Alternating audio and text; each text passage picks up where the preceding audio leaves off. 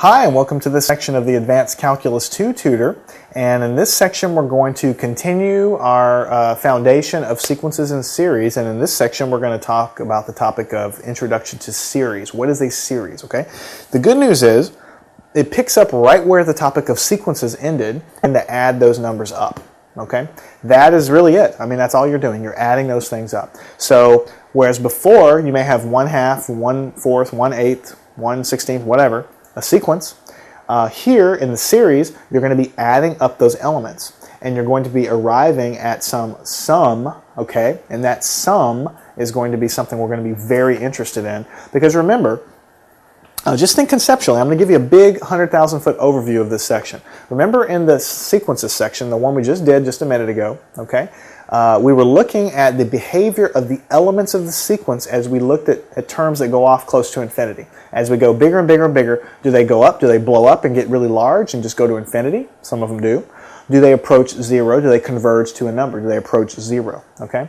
And so we're taking limits here. Okay? Now just think about it for a second. If you're going to add up the elements of those sequences, and let's just say the original sequence you had, the original sequence blew up to infinity. All the numbers, the actual elements of the sequence got bigger and bigger and bigger. So if you add them up, if you approach infinity and you begin to add up an infinite number of these things that are getting big, the third partial sum, you might guess, is A1 plus A2 plus A3.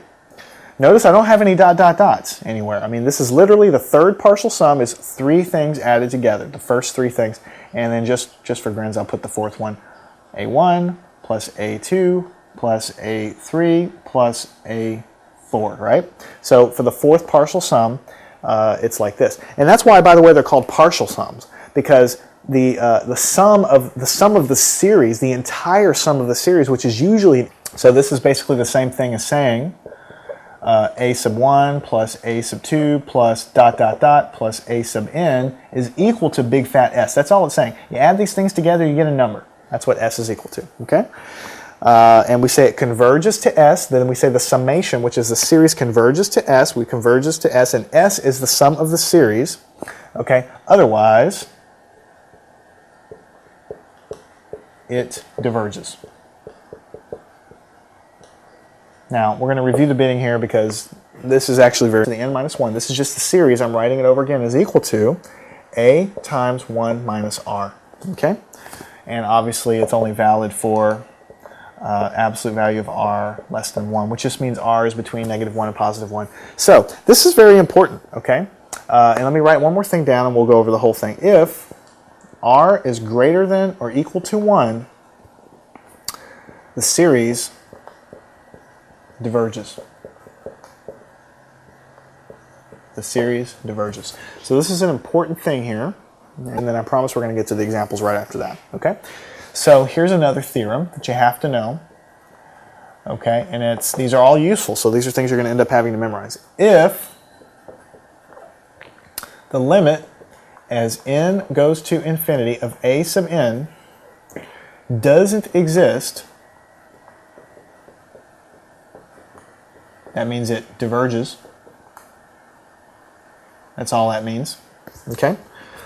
Or if the limit of the elements doesn't exist or diverges, okay, then the thing diverges. Or if the limit of the elements doesn't equal 0, then the thing diverges. Because think about it, if you're adding up 1 plus 2 plus 2.1 plus 2.2 plus 2.3, if the elements are going and approaching a limit, even if that limit exists and it's equal to 3, let's say all the elements of the sequence are approaching a number. They're approaching 1, like we actually had a few examples where the elements, the actual numbers of the sequence, are approaching 1. Now, if I try to add an infinite series that converges, unless those elements actually approach 0, because you're adding them up. They have to approach 0 in order for you to get anything reasonable.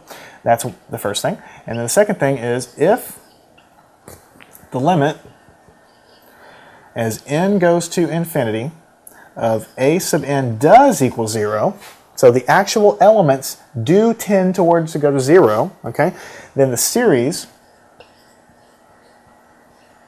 may, this is very, very important, or may not,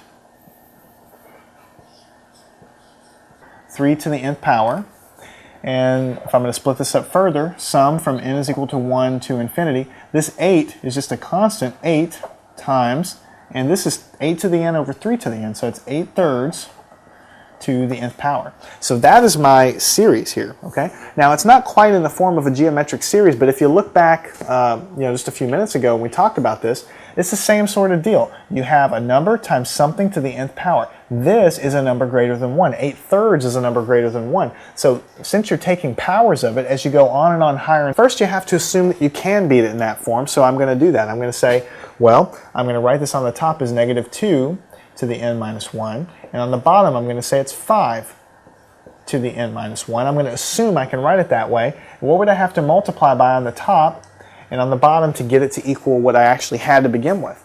Well, I would have to multiply this by -2 to the 4th power, because 4 plus -1 gives me 3. If you simplify this, you're going to get this back. On the bottom, I would have to multiply by 5 to the -1. That look kind of like a geometric series, okay? I assume that I can write it that way, so I write it as -2 to the n minus 1, 5 to the n minus 1, because that's the form, and then I modify it by multiplying by whatever I have to multiply to get it to equal what I had, okay? I reduced this down to a number which was 80, and then I had the -2/5 inside to the n minus 1. I knew it converged from the theorem, and I just applied the theorem to tell me what it converged to.